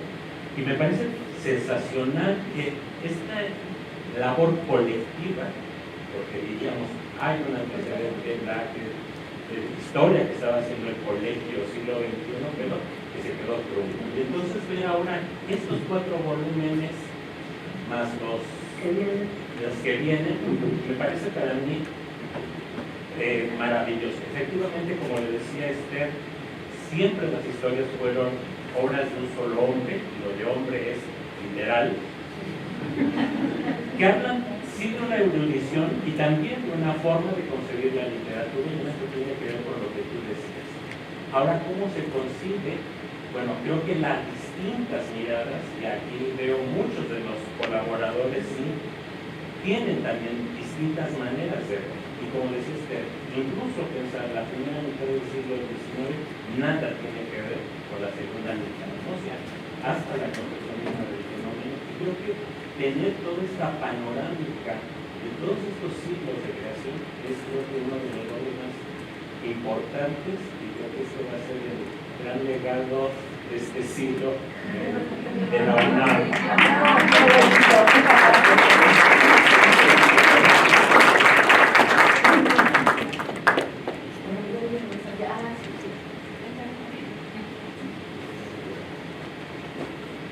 En primer lugar, muchísimas felicidades. La verdad, como dijo la doctora Esther, hacía falta una historia de la literatura mexicana. Yo estoy tal vez más relacionado con las historias de la literatura españolas, que han tenido un proceso muy continuado desde la de Balbuena Prat. En cambio, mi interacción con las historias de la literatura mexicana pues era inexistente hasta que vi que se estaba haciendo este proyecto y vi que había un impulso por decir, tenemos esta tradición, tenemos estas propuestas que hay que volver a leer, que hay que volver a comentar, y me parece espectacular, la verdad, y estoy de acuerdo con el doctor Pacho, sí va a marcar un antecedente esta obra colectiva. Ahora, lo que les quería preguntar es que yo pensando en Alfonso Reyes, en su artículo sobre teoría de las antologías, habla de que la antología es una perspectiva de la historia literaria, pero que toda historia literaria también es una antología. En ese caso, esta historia se conforma de una selección de ciertos temas que buscan darles una coherencia a partir de Pierre Bourdieu, de sistemas de sociabilidad intelectual, etc. Y todo eso va encaminado a generar una propuesta canónica al final de cuentas, una nueva propuesta de lectura acerca del canon de la literatura mexicana. Y eso nos habla de futuro. Ahora sí, tal vez en un ejercicio de proyección hacia ese futuro, ¿ustedes qué consideran que le deparan a partir de esta historia de las literaturas mexicanas a las nuevas historias de las literaturas mexicanas que se van a hacer en un futuro? Y sobre todo, ¿qué le va a deparar a la educación en la literatura mexicana aquí en México? Gracias.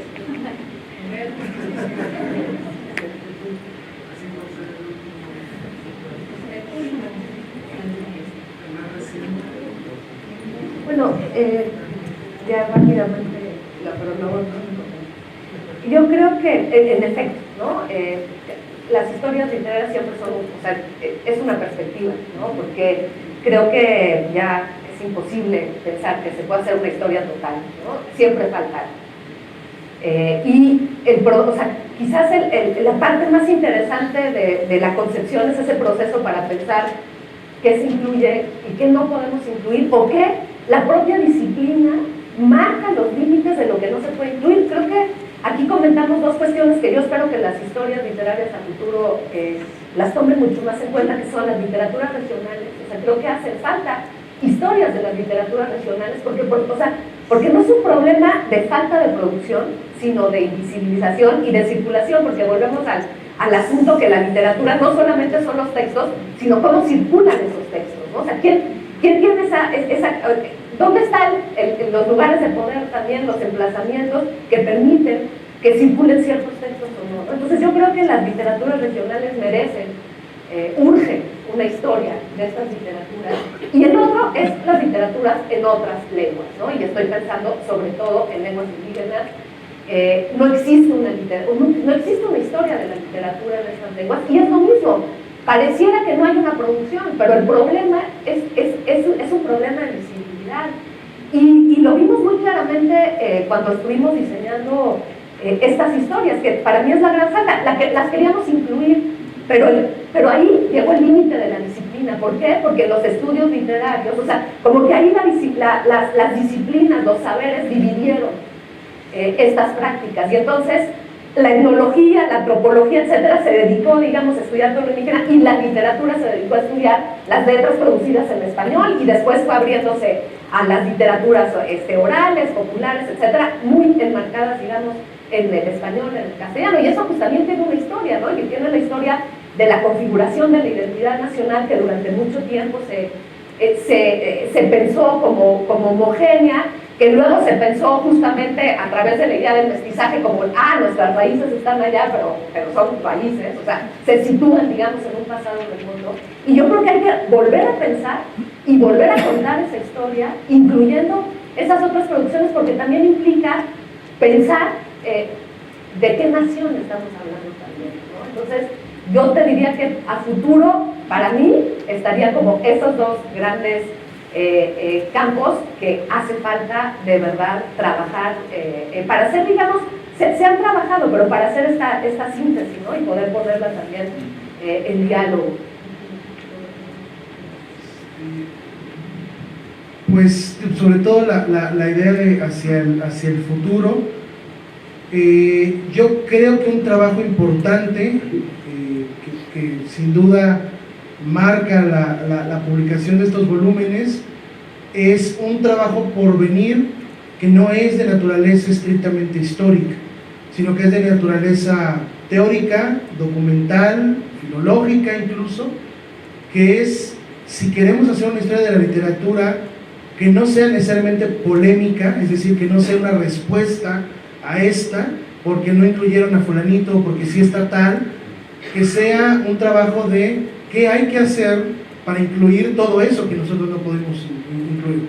Las perspectivas teóricas, las perspectivas documentales, qué se ha publicado, a dónde recurrimos para leerlo, a quién recurrimos para estudiarlo, para trabajarlo. O sea, creo que eso es un futuro que resulta interesante y que también podría volcarse en el diseño de los planes de estudio, de las antologías escolares. O sea, ¿qué se necesita revisar? ¿Y qué papel tenemos nosotros también desde la universidad para esas necesidades? O sea, ¿cómo hacer frente a esto que comentaba Yana, de un estrechamiento del corpus académico en el cual la literatura solo son modos de comunicar, la carta, el oficio, y que deshistorizan completamente los procesos imaginativos, simbólicos, de producción de conocimiento, de relaciones sociales, ¿no? Y que eso podría ampliarse a partir de este trabajo. Algo que veo a partir del último volumen, algo que creo es muy lindo, es que cada uno de los volúmenes cierra con una serie, un diálogo, a partir de una pregunta que nosotros planteamos. Personas a las que invitamos hicieron 2 respuestas, a veces polémicas, a veces antagónicas, a veces no tanto. En el último volumen, en el que me tocó coordinar junto con Miguel, nosotros tuvimos 3 respuestas, y las 3 respuestas fueron justo una mirada hacia eso que puede ser otra idea de entender la literatura. Las respuestas fueron de Elizabeth Corral, de Susana González Actorias y de Cristina Rivera Garza. Y las 3 respuestas apuntaban a eso, cómo la literatura y su desdibujamiento tiene que ver con la movilidad, por un lado, hacia otros medios, y bueno, otras preguntas pues situarán la movilidad hacia otros lados, ¿no? Pero creo que ese es un elemento importante, y es muy bonito que el volumen cierre con eso, porque es esa puerta hacia algo que esté empezando a suceder, pero que ya veremos hacia dónde va. La pregunta era cuáles son las relaciones entre la literatura, las artes y otros medios tanto en lo que va del siglo XXI como en lo que está por venir. Y lo lindo de eso también es que hubo una nómina muy importante de escritoras, escritores jóvenes o relativamente jóvenes, que están publicando todavía, que no pudieron aparecer en los otros capítulos, pero que sí aparecieron mencionados aquí. Entonces ahí hay una puerta, hay un pie a lo que va a seguir después. Bueno, yo ahí también quisiera comentar, eso es un proyecto a venir también, pero una de las cuestiones que pensamos, porque efectivamente en la publicación de los volúmenes pues no se puede incluir todo, pero sí también aprovechar otras tecnologías, ¿no? Y hacer un repositorio en donde pudiéramos también recopilar, que es un poco lo que decía Roberto, o sea, otros documentos, charlas, grabaciones, entrevistas que permitan efectivamente complementar, como digamos en términos de constelaciones y satelital, a estos volúmenes impresos, pero que se puedan seguir alimentando también con el tiempo, y es donde podamos seguir continuando el diálogo y seguir trabajando en estos procesos. Esperemos que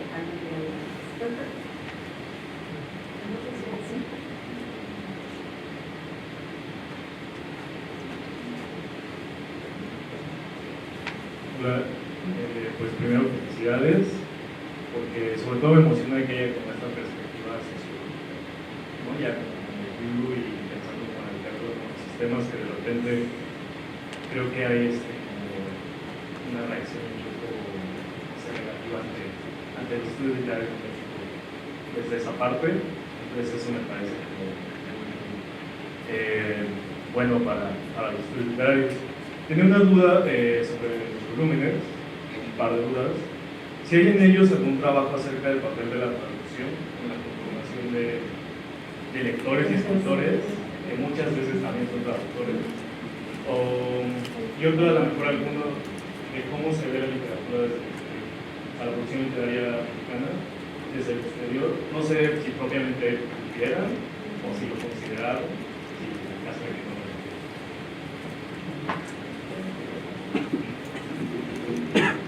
Como tal, no se consideró, yo no lo consideré en el volumen. Sí te puedo decir que, por ejemplo, se toca inicialmente en el artículo de Laura Suárez de la Torre. Ella habla de las traducciones que se hacen, que se adaptan y que se publican en la prensa del 19. Entonces sí hay una parte de la discusión que está presente en este volumen. Sobre las traducciones no hay capítulos, pero hay una de las cuestiones que también no había comentado que tiene esta historia, son unas cronologías al final del volumen, en donde aparecen distintas columnas, que la idea es también que permitan complementar justo lo que no se pudo tocar y que vayan, digamos, de manera también transversal, mostrando, bueno, las publicaciones periódicas, los libros, acontecimientos culturales, etc. Y en esas cronologías sí se consideraron algunas traducciones importantes, un poco, pero esa sería como nada más la cronología, y lo que sería interesante es como hacer una lectura, digamos, de esa cronología para ver cómo, o sea, qué traducciones se hicieron, cómo se hicieron. Yo quería hablar como un poco de la proyección y algo de la traducción. Hay un capítulo de Liliana Weinberg en nuestro tomo, en que justo hace México y la constelación americana, publicaciones, migraciones, sociabilidades, donde habla de estas revistas latinoamericanas, panamericanas, que son una respuesta de integración después de la Revolución Mexicana, y que van a situar la idea de la utopía que se exporta. Es decir, hay una utopía intelectual en esta Revolución Mexicana y que va a movilizar en varios países. Quizás eso no está completamente, porque de eso sí ha habido mucha literatura en donde se habla de México como utopía, es decir, de cosas como la adopción de un sistema Montessori muy a la mexicana, con trabajo campesino en las escuelas rurales, hasta adhesión a un modelo a través de México, se hace en español, que es el de índices estadísticos de la productividad junto con elementos de cultura, es decir, una modernización anglosajona, si se quiere, de los indicadores de la bonanza, que incluso aparecen en revistas como Horizonte, pero en varias va a estar. Entonces, eso sí. Y luego a nosotros nos pasó ver que los espacios como la prensa habían tendido, después del modernismo más esplendoroso, a eternizarse publicando por entregas versiones traducidas, a veces no muy afortunadas, de novelas de aventuras.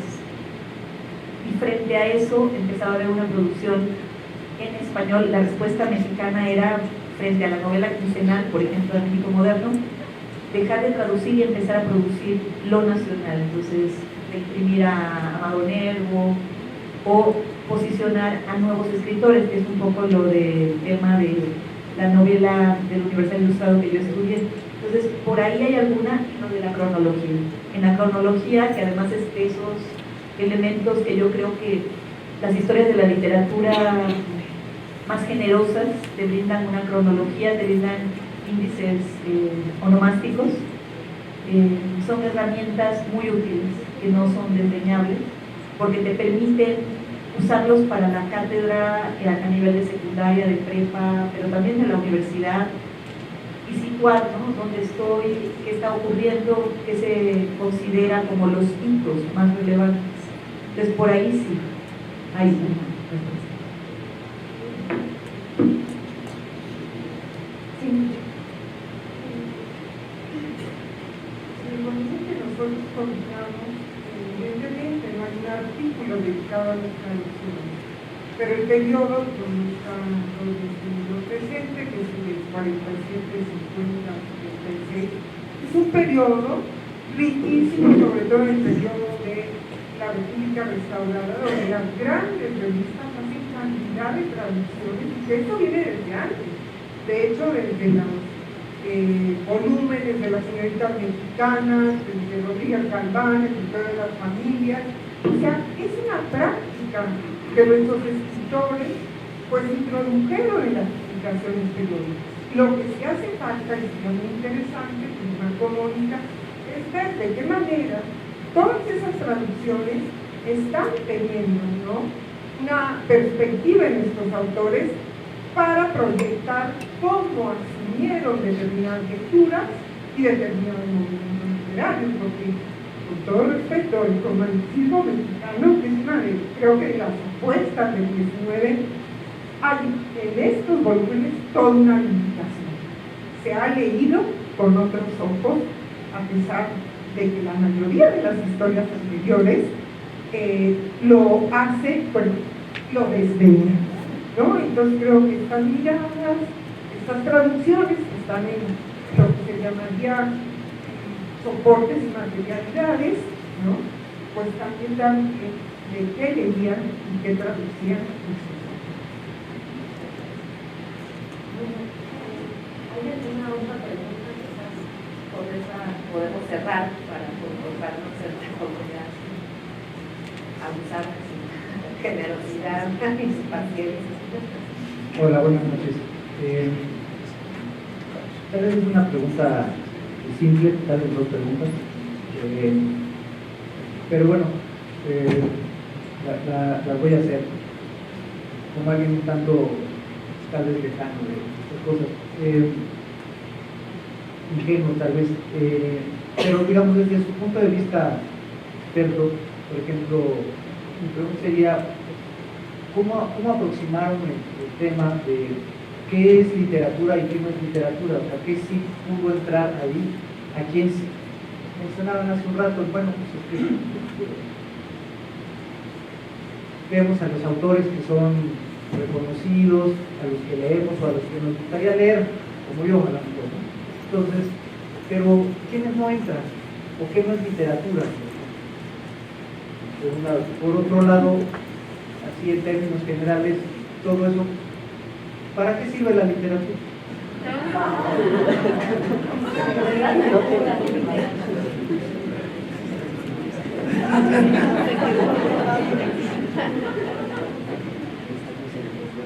No lo sabemos. Esas preguntas tan complicadas.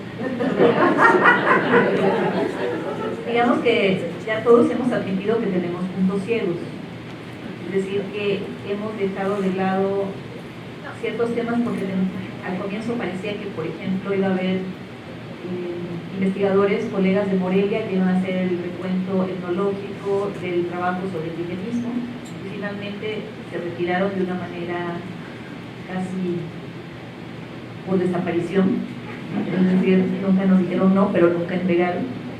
Y en ese sentido, todo lo que sería literatura en lenguas indígenas no está. Tampoco está, decía yo, sí está lo popular, es decir, hay teatro de revista, por ejemplo, pero pasa mucho con las oralidades que no tienes, justo porque son oralidades, y con las ejecuciones populares que no tienes un responsable ni un anónimo. Entonces es como ese gran autor llamado Anónimo que hizo muchas de las obras del teatro de revista, o porque no se querían comprometer, no están sus nombres consignados, pero están los nombres de las carpas o de los teatros y los nombres de las funciones y cuántas veces se ejecutaban. Es decir, quizás no hay un directorio infinito, pero así que tú digas, yo detesto a tal autor y no lo vamos a incluir, eso no hubo una cuestión facciosa de decir, aquí no me entra tal, eso no hubo. Lo que sí nos dimos cuenta en ocasiones es que, aunque no queríamos hablar de autores, como decía Adriana en su tomo, hay autores que marcan época.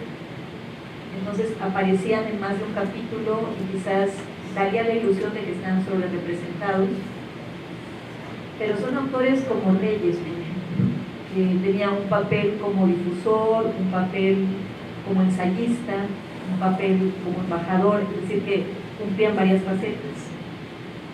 No hubo una voluntad de borramiento, pero quizás sí de preferir, de resaltar. En ese sentido, o sea, como decirte quiénes no entraron, si lo supiera hubieran entrado, ¿verdad? Y la función de la literatura, supongo que hacernos reflexionar con letras sobre lo que puede ser la vida y poder vivir otras vidas, incluso a través de esas ficciones, pero la función de una historia de la literatura, que sería más bien lo que nos congrega, que el olvido no nos coma la idea de que ya no es importante, que eso quede consignado, que la multiplicidad, aunque es difícil de dar cuenta, y siempre ofendes a alguien y siempre enojas, también es una apuesta en la que estamos participando colectivamente.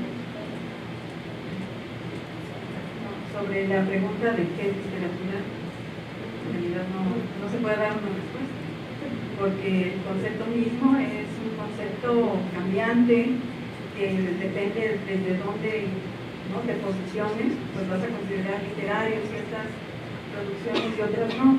Ahora, lo que caracteriza a esta historia de las literaturas es una perspectiva en donde considera el campo literario. Entonces, tratar de identificar a los actores, los distintos actores, inclusive aquellos que normalmente están invisibilizados.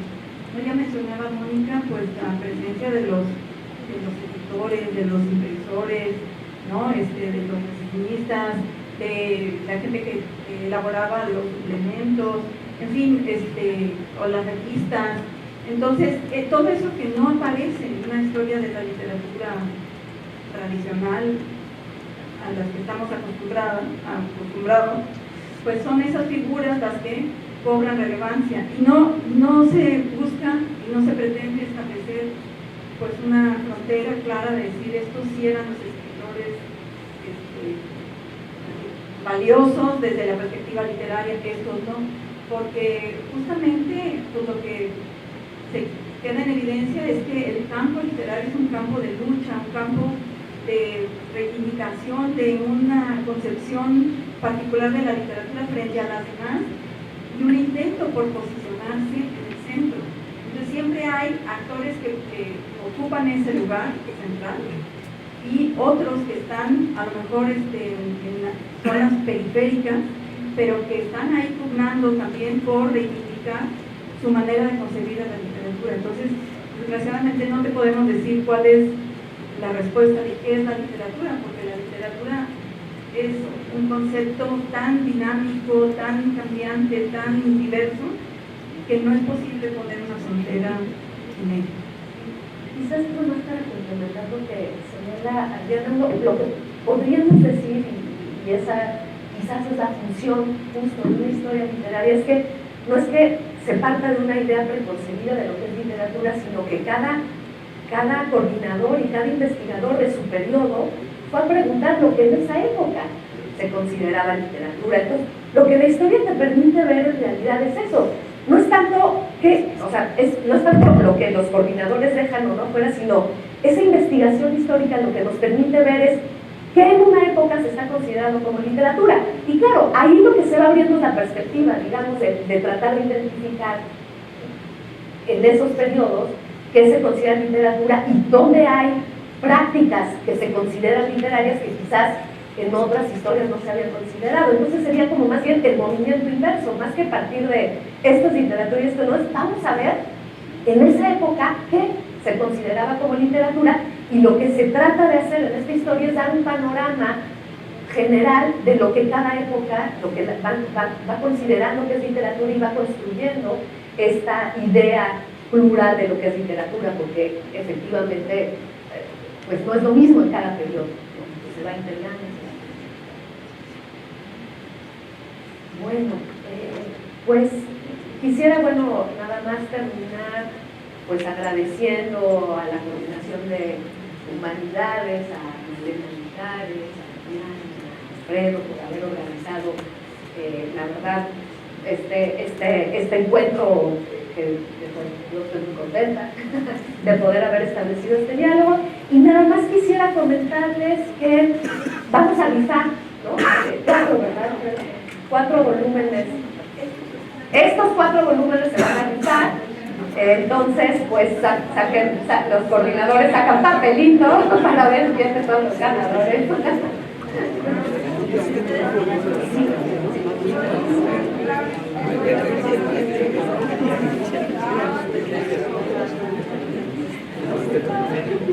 Alfredo, ¿aquí se van a vender? ¿Ahorita?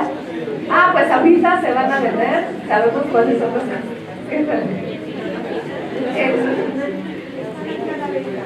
Aquí afuera están a la venta. Supongo que también van a estar en las librerías de la UNAM, o sea, en las de las diferentes entidades, en la feria de libros, pero todavía no. Quizá después lleguen también a las librerías. Esperemos.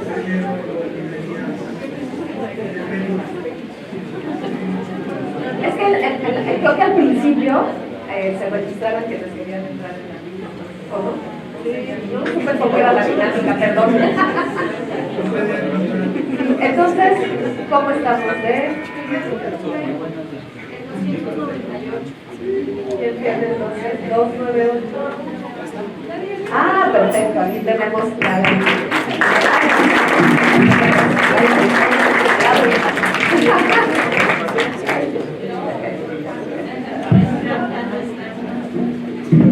Volumen 2, 297.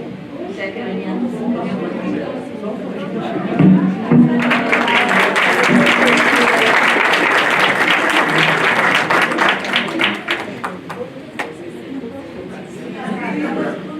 El volumen 3 es el 299.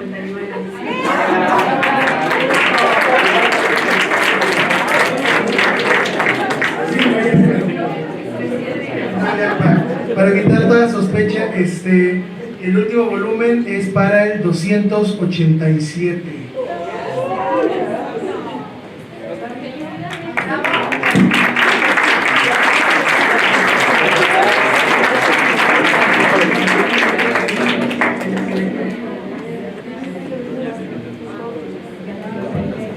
Bueno, pues muchísimas gracias por acompañarnos. Y bueno, los y las invitamos a leer esta historia. Gracias. Buenas noches.